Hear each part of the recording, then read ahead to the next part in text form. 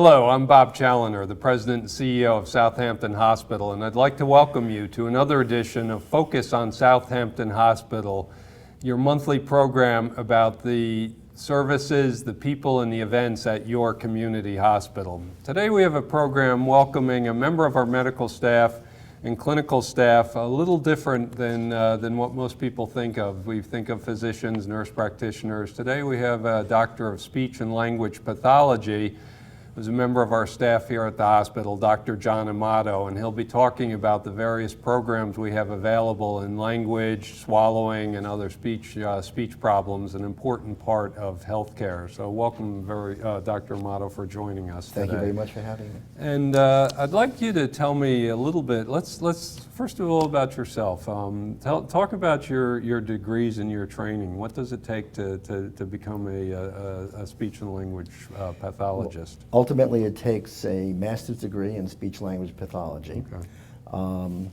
And then I went on to pursue a doctorate in speech-language pathology with an emphasis in neuroscience. Neuroscience, okay. So I did that at Columbia University, at which point I also received another master's degree, and then subsequent to that received my doctorate in speech-language pathology and neurosciance. Great. And I know that you practice across the island, but how did you find your way out here to Southampton Hospital? Well, an interesting story. One day I was in my office and got a phone call from the then director of rehab, who I had worked with at the time, Brunswick Hospital had a very well-known rehab department. And he said that Southampton Hospital was developing their rehab program and expanding their rehab program, and he would like to talk to me about the possibility of coming out here. Okay. And I came out to meet with him and never left. Yeah, a lot of people end up doing that. Once they it takes a while sometimes to find your way out here. So, well, we're very, very glad that you're here, and speech and language pathology is an important part of healthcare, and we'll talk about that in a minute. But I also understand you're an associate professor at LIU and CW Post. And yes, I am. Sounds like you're very involved in the academic side. You're teaching as well? You're teaching students? I'm teaching and do some research along the way, and been doing that for a while. And from that population, we also have an opportunity to attract students who do their internships here.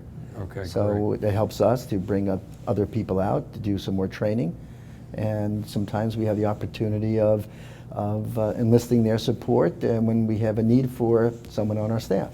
That's great. And you've been here at the hospital for a number of years, quite a while, I know. Quite a while. And you've been directing for something called the Center for Speech, Swallowing, and Voice Disorders. Tell us, what is the Center for Speech, Swallowing, and I want to get into why swallowing, sure. speech, voice, how all of that relates, but tell us a little bit about the Center for Speech, Swallowing, and Voice Disorders is a program which is dedicated to the evaluation and treatment of adults, and in some cases children and even infants, who may be experiencing disorders of swallowing, disorders of language and speech development or motor speech functioning due to a variety of etiological factors, which may include head injury, stroke, congenital disorders, as well as people who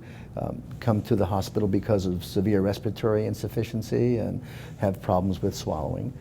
Just to give you an example. Yeah. How did swallowing and speech become, I mean, I understand they're both located in the same part of the body, but I often heard of speech pathologists. I didn't realize that speech pathologists also are involved with swallowing studies as well. Well, first of all, the speech mechanism, so to speak, and the swallowing mechanisms are essentially the same. Okay. And we refer to that as the speech subsystems, more specifically the motor speech subsystems, which would include, for example, the diaphragm, the vocal cords, the lungs, the oral cavity, which would include the tongue and the lips and the throat, or the pharynx, as it's called. And a number of years ago, many years ago, the interest in swallowing disorders really developed in treating children and infants with feeding and swallowing disorders with congenital brain injury or brain damage, as you might find in children with cerebral palsy or children who had Down syndrome. There was a growing interest in developing programs and developing research to treat children who had swallowing and feeding problems. Right. And then along with that came people like myself who were also treating children as well as adults.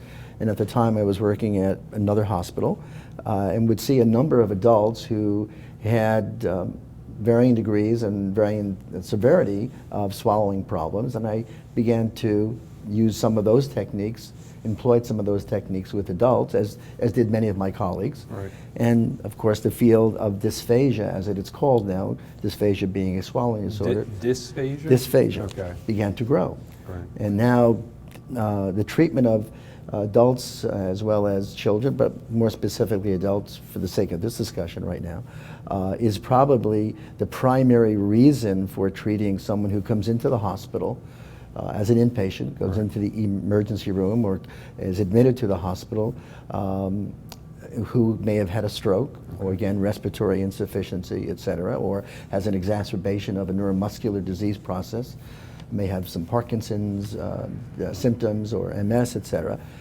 These are the majority of the patients who we're seeing. All right. Well, let's talk about that a little bit. I mean, the swallowing part of it is fascinating to me. Swallowing clearly is one of those things we do probably thousands of times a day without even really thinking about it. And what is a swallowing disorder? What can actually start to go wrong there? Let me just talk about what a normal swallow is first, and it's easier to. Exactly. I don't even know how I swallow. I know I do it, but I don't understand the mechanism. When a person swallows, a very important structure that many people don't even consider is the movement of the larynx, or some people may call the voice box. Mm-hmm. Okay, the larynx has to move in order to protect the windpipe, because the larynx sits right on top of the trachea. Okay. All right? Trachea is the tube leading into the lungs. That's correct. And the larynx sits on top of the trachea, and within the larynx are the vocal cords. Okay. All right? The vocal cords are there to protect the windpipe primarily when one swallows. Okay. Okay? The secondary function is for the vocal cords to vibrate in order to make sound for speech. Okay. All right? When a person is swallowing, so from an evolutionary perspective, we probably had them as a valve almost. That's exactly what they are. It's a valving system. That's exactly what they are. So when a person swallows, the larynx has to elevate to meet a structure known as the epiglottis, which folds over the larynx as it's approximating the epiglottis to protect the airway, the entrance to the airway. But at the same time, the larynx has to move forward. And it's moving forward to pull open the top of the esophagus, which is a food pipe, is known as a food pipe, which sits behind the larynx. Okay. So when a person swallows, larynx goes up to protect the windpipe or the airway, and the larynx also moves forward to allow food to be propelled into the esophagus. Okay. When a person has a swallowing disorder, very often this is where the primary problem may be, or a significant portion of the problem may be. However, a person may come into the hospital with a stroke and is experiencing weakness brought on by the effects of a stroke, and may have difficulty in manipulating the muscles within the mouth in order to propel the food, such as the tongue and the lips, to propel food and liquid into the back of the throat. Are those muscles weakened similar for the same kind of reasons why an arm may be paralyzed, or weakness on one side of the face? Precisely. Okay. So when a person experiences weakness, not only weakness on one side of the body versus or a portion of the body, they are also very likely going to be experiencing weakness in the swallowing mechanism as well. And for that reason, the person may also simultaneously may have a problem with speech. So their speech may be difficult to produce for them. They may have difficulty in producing the motor aspects or utilizing the motor aspects of speech, which in turn may also be contributing to swallowing problems. Okay. So a person may be at risk for, number one, having difficulty moving food or chewing food and preparing food to be swallowed, may then have difficulty actually initiating a swallow. And then the major concern we have is that the person is not experiencing aspiration, which means the food or liquid is going into the lungs. Okay. So the main objective in evaluating and treating someone is to ensure, try to evaluate that person so that we can at least see that there is some degree of a safe and effective swallowing process underway here. So food going into the lungs or liquid into the lungs, clearly a risk, the developing pneumonia or other obviously blocking the breathing passages. Is the stroke is the only reason, or what are some of the other conditions that may trigger those kinds of problems? A person may come in with a history of difficulty eating unbeknownst to their family, right? It's usually, very often, an elderly person may be starting to experience some difficulty with swallowing or disinterest in food, and they eventually become undernourished, and they start to experience some degree of dehydration, start developing other infections, which brings them to the emergency room, and then we see them, we're called in to evaluate their swallowing. So somebody may be having a problem swallowing over a period of time. Exactly. And not necessarily even, are they aware of it, or sometimes they are and sometimes they're not. Right. Age is a factor as well. Okay. As we get older, we start to experience some degree of weakness. We start to lose muscle mass, which in turn can also affect the swallowing mechanism. And then we have patients who may have had a history of Parkinson's disease, and they may be experiencing an exacerbation of those symptoms, which will include very often problems with swallowing or problems with speech production, problems with people who may have difficulty with dementia, who unfortunately again may be starting to experience problems related to eating, difficulty eating and eating safely. And they may have started to develop some degree of aspiration, resulting in an aspiration pneumonia.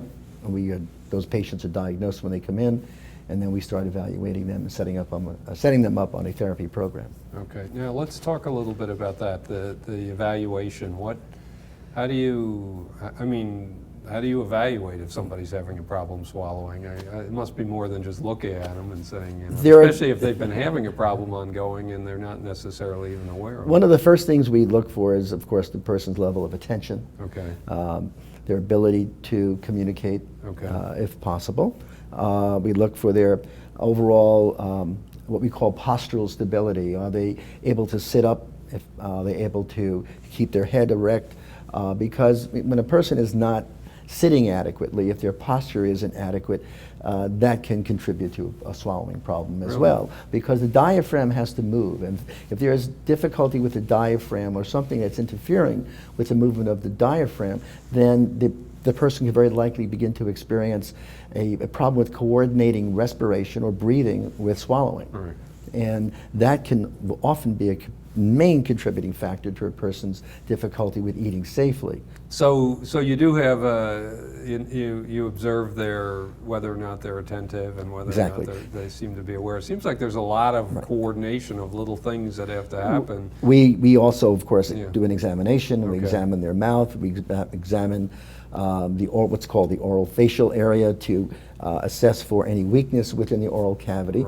Listen to their voice, listen to their breathing, which can provide us some signs, some evidence there could be a problem in coordinating breathing with swallowing.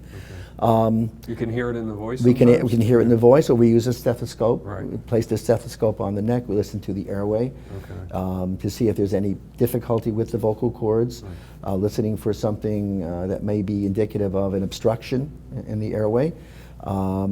All of which is also being conducted in collaboration with the physician and the staff who are attending to those patients from the medical team, which is, again, it's a complete team effort. I must emphasize that. Besides a clinical examination, we also conduct what we call imaging studies, which are designed to get a more specific and a closer look at the swallowing mechanism. And there are two of those procedures that we do here at the hospital. And I must say, one of them, we were probably one of the first hospitals on Long Island to ever do. Yes. Wow, I didn't realize. We do, first of all, one of the procedures that we may use is called a modified barium swallow study. That's where we take the patient down to X-ray. We sit the patient in a chair, and we're conducting a fluoroscopic or an X-ray procedure so that we can look at the swallowing mechanism while we're providing that person with certain textures of food. And we have to be very careful with the types of foods that we select, because sometimes the problem could be with the texture that the person is trying to swallow that's causing a problem. So some things they may swallow fine and others may be Exactly. a problem. So we conduct that study, and it gives us a good idea as to how the person is able to manage the food in the mouth. Are they able to propel the food from the mouth down into the pharynx or the throat? And then, of course, remember I talked to you about the larynx. Right. Okay, we can get a good picture of the larynx, good look at the larynx and how it's moving or not. See if it's actually moving. See if it's moving. And then, of course, we're ruling out any problems related to possible aspiration. Okay. Then we watch the food. Is this an actual live action Yes. X-ray that's Yep. happening? It's in real time. Right. The person is sitting in the chair. And then we watch the food as it moves down the esophagus, because sometimes a person may be describing a problem with swallowing and they're pointing here when the problem could be down further in the esophagus. So it's very important that we follow the food all the way down into the stomach to make sure that we're not missing something that could be triggering a sensation that the problem is here. Okay. And we might make recommendations regarding the texture of food that the person is able to eat safely. Right. And once that has been determined, then we'll make a recommendation to dietary, that a person could eat a certain a number of food textures, including liquids, safely, and then we'll set up the person on a diet. So you'll actually stop somebody from eating and say, you know, Yes. this is, there may be a safety issue Unfortunately, we often have to do that. Right. We have to suggest to the medical team that the person it's not safe for the person to eat, it's not safe for the person to accept medication by mouth, and then other decisions have to be made. Right. And that could be for, maybe 24 to 48 hours, Right. and then we just watch the person and see how things improve. Or we may have to recommend alternate means of nutrition for a short term. Such as a feeding tube, either through the nose or into the stomach. But those are, again, decisions that are made with the family and with the team, and of course with the patient. And then that could be for a temporary period of time until the person's getting stronger, and then but we're also working with them at the same time, trying to improve their swallowing ability. Well, that was going to be a question. So you've diagnosed that the person's having swallowing problems, and a lot of muscles obviously involved in this. What can you do to, I mean, if somebody's having problems swallowing, is there anything that you can do to, I mean, certain conditions I would guess are progressive, and but are there ways that we can either, one, rebuild the swallowing function, or... And there are. Yeah. Okay.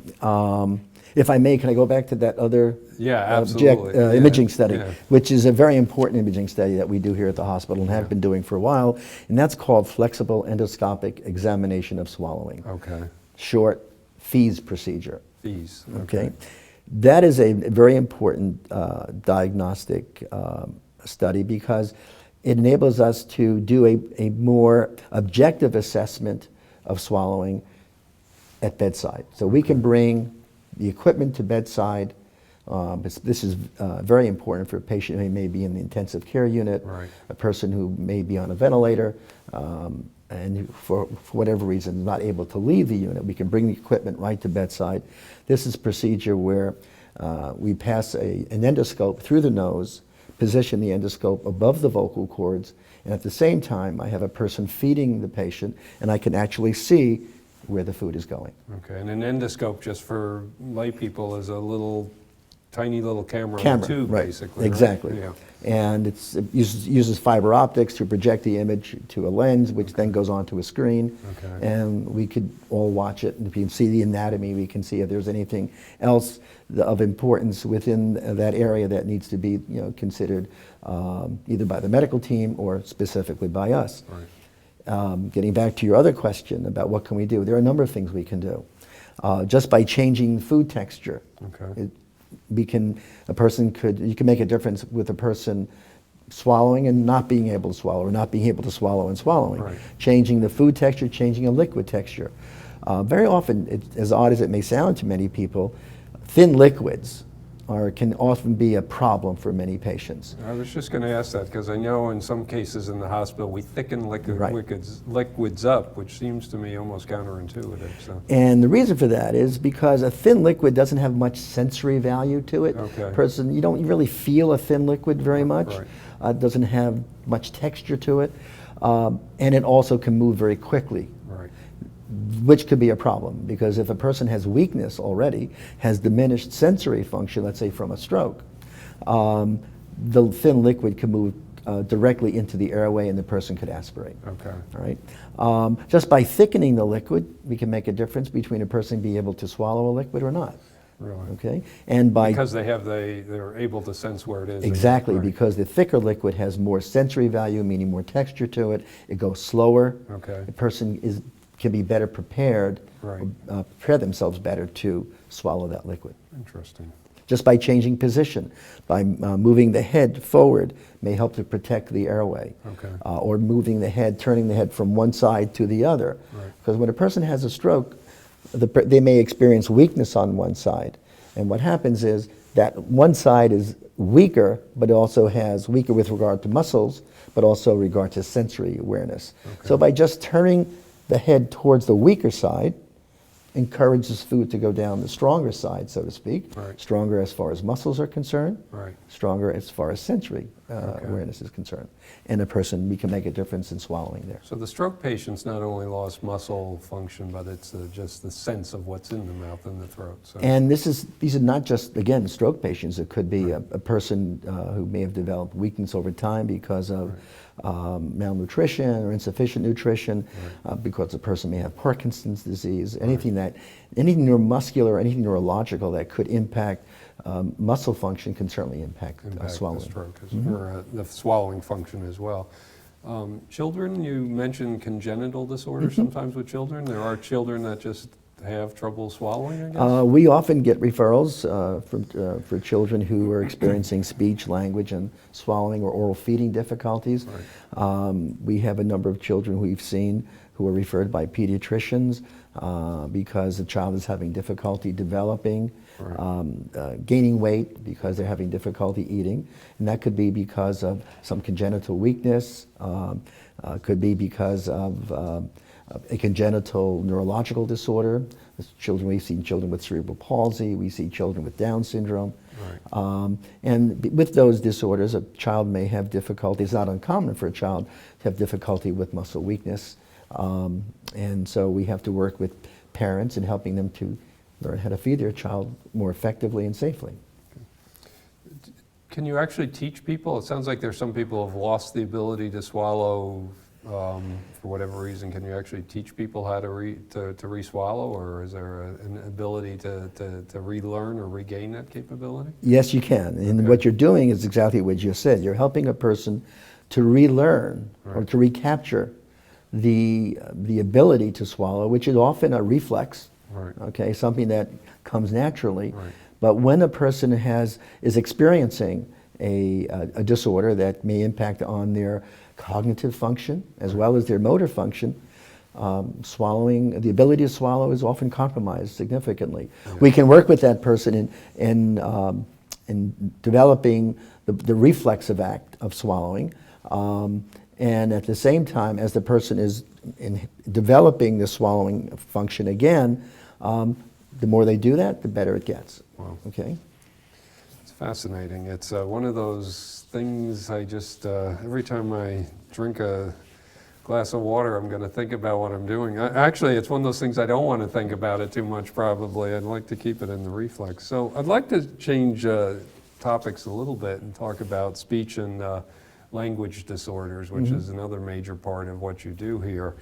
And let's talk about what is exactly a speech and language disorder. Okay. Speech is a motor function. Okay. Speech. When we talk about speech, we're talking about movement. The movement of structures, muscles, that are designed to produce sound for speech, the vocal cords.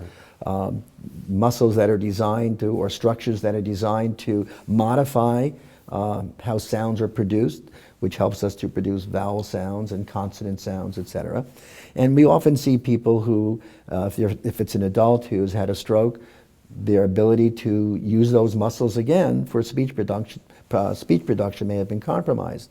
The same thing for a child. We may have a child who may have a delay in speech development, and we have to work with that parent in helping their child to develop muscle strength and muscle function so that they're able to produce sounds and words more effectively than they were when they first started with us. A language disorder is different. A language disorder, or language itself, is a symbolic process. Okay. It involves cognition. Language is a major component of cognition. And there are times when, for example, a child may have a delay in language development where there may be nothing wrong with their cognitive skills so much, or their intelligence. It's just that they have a delay in developing the ability to associate an object with the word for that object, Okay. to keep it simple. So they know it, They may know what it is, but they haven't learned the word for that object. Or Okay. they may have difficulty in producing developing their vocabulary. Right. They may have difficulty in developing sentence structure. Okay. This also involves, when we do an evaluation on a child, for example, like this, we're not only evaluating their expressive language ability, which is the production of words and sentences, et cetera, but also we have to evaluate their understanding or their comprehension. Right. So it's an evolved process to ensure that we're not missing something, because not only may a child have difficulty producing language, they may have difficulty understanding language. Okay. We often have to refer a child out for hearing tests because, recommending a hearing test is like recommending an EKG for someone who has chest pain. Right. You can't have a child with a language delay without making sure you do a hearing test. Make sure there's no problem there. On the other hand, when it comes to adults, usually it's the adults we're seeing are the adults who unfortunately may have experienced a problem such as a stroke, which has now resulted in the loss of the ability to lose language. Okay. The left hemisphere of the brain, for most people, is the dominant hemisphere for language. Most people, it varies in some Yes, cases? yes. Interesting. Research has shown that in about 10 to 15% of the population of left-handed individuals, Right. the right hemisphere is the actual dominant hemisphere for language. Interesting. We don't see that very often, No, but yeah. when we do, it's very interesting. And it's also very diagnostic, too. It gives us a good sense of where the difficulties are, where the person may be experiencing a neurological problem beyond, of course, the results of an MRI or a CT scan. We also want to look at the clinical aspects of their difficulties. Very often when a person has a stroke involving the left hemisphere or the dominant hemisphere of the brain, they may develop something called aphasia.